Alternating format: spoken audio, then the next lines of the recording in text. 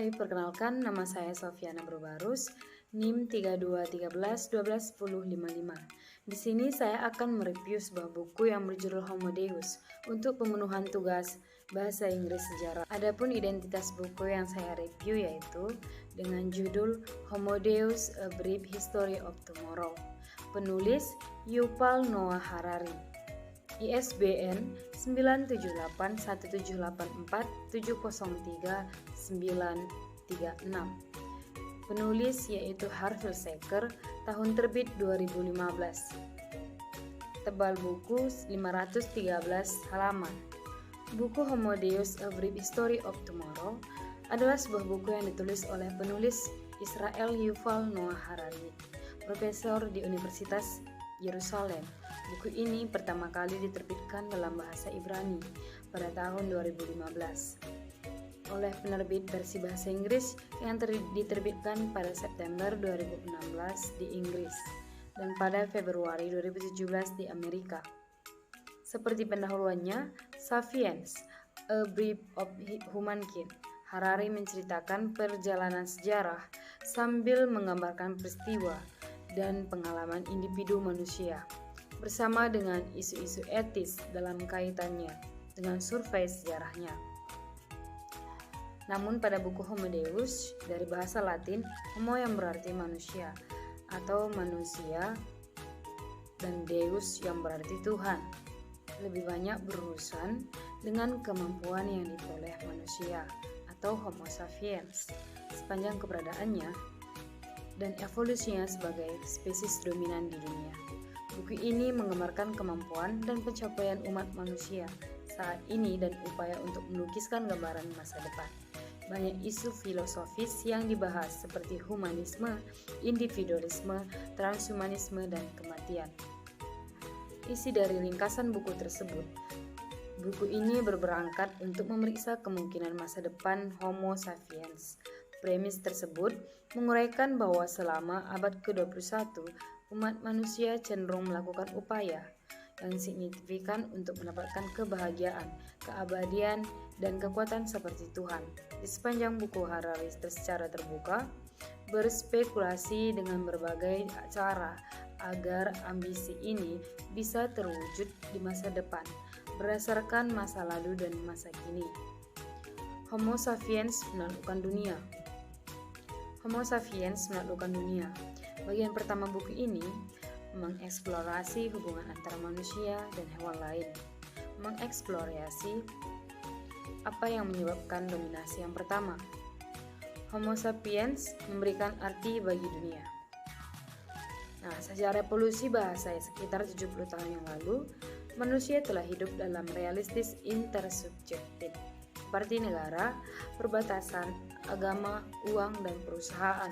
Semuanya diciptakan untuk memungkinkan kerjasama, skala besar, dan fleksibel antara individu manusia yang berbeda. Kemanusiaan dipisahkan dari hewan lain oleh kemampuan manusia untuk percaya dan konstruksi intersubjektif yang hanya dalam pikiran manusia dan diberikan kekuatan melalui kepercayaan kolektif. Kemampuan besar umat manusia untuk memberikan makna pada tindakan dan pemikirannya adalah apa yang memungkinkan banyak pencapaiannya. Nah, di sini Harari berpendapat bahwa humanisme adalah suatu bentuk agama yang memuja manusia sebagai pengganti Tuhan.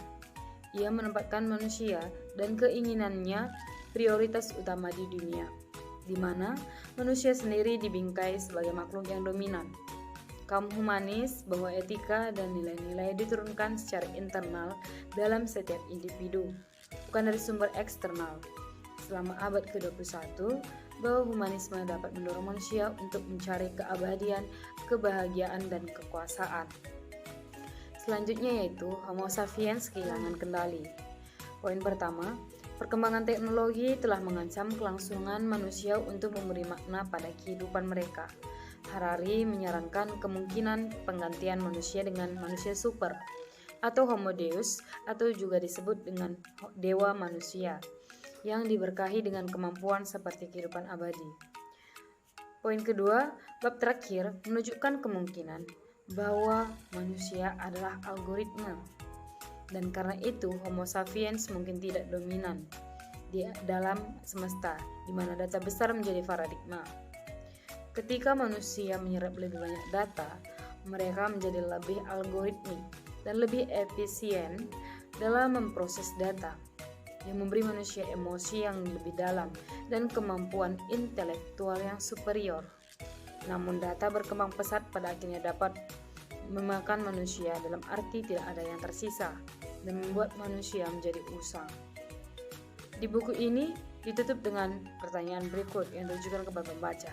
Apa yang akan terjadi pada manusia, masyarakat, politik, dan kehidupan sehari-hari ketika algoritma yang tidak sadar tetapi sangat cerdas mengenal kita lebih baik, kita mengenal diri kita sendiri.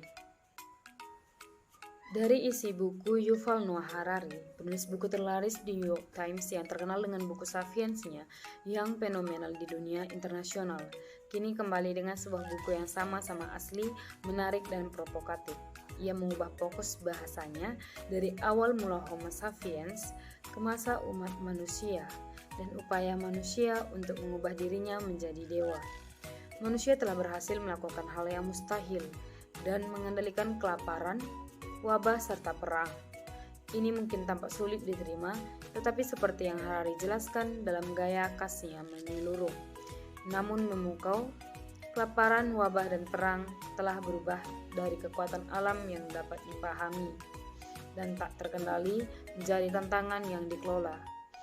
Untuk pertama kalinya lebih banyak orang mati karena makan terlalu banyak daripada makan terlalu sedikit.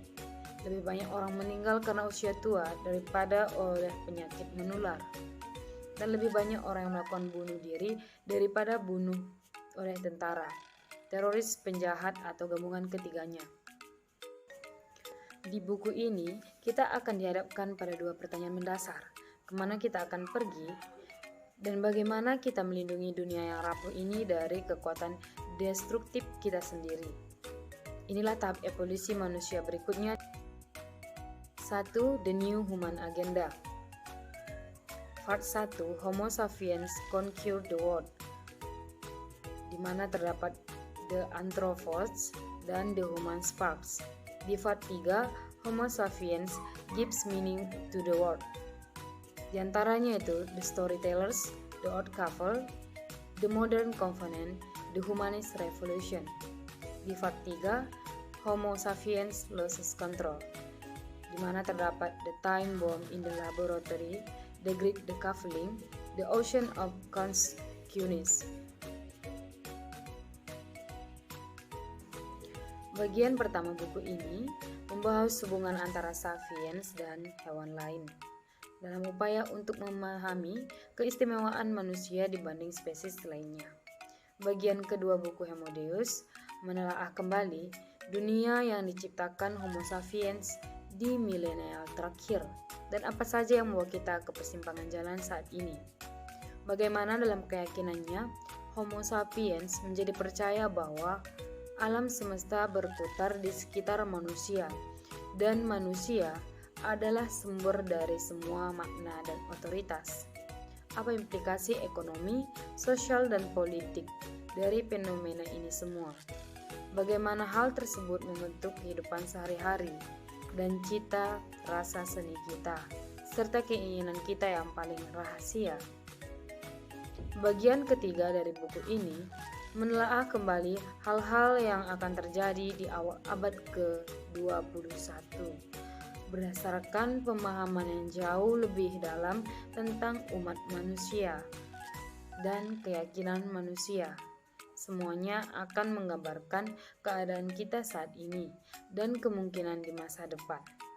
Bagaimana pencarian untuk keabadian, kebahagiaan, dan keahlian mengguncang fondasi keyakinan kita dalam kemanusiaan. Apa tanda tanya? Sekelumit tentang isi buku Homo Deus, yakni I encourage all of us, whatever our beliefs, to question the basic narrative of our world, to connect past development with present concern, and not to be afraid of controversial issues. Buku ini berisi sebuah terobosan tentang penciptaan dan evolusi manusia. Buku ini juga mengeksplorasi bagaimana ilmu biologi dan sejarah mendefinisikan umat manusia dan meningkatkan pemahaman kita tentang makna menjadi manusia. 100.000 tahun yang lalu, setidaknya ada 6 spesies di bumi. Namun saat ini hanya ada satu Homo sapiens. Dan apa yang terjadi pada yang lain, dan apa mungkin terjadi pada kita Homo sapiens. Dari buku inilah kebanyakan buku tentang sejarah umat manusia yang mengajarkan pendekatan historis atau biologis. Tetapi Dr. Yuval Noah Harari mengajarkan buku dengan pendekatan yang berbeda.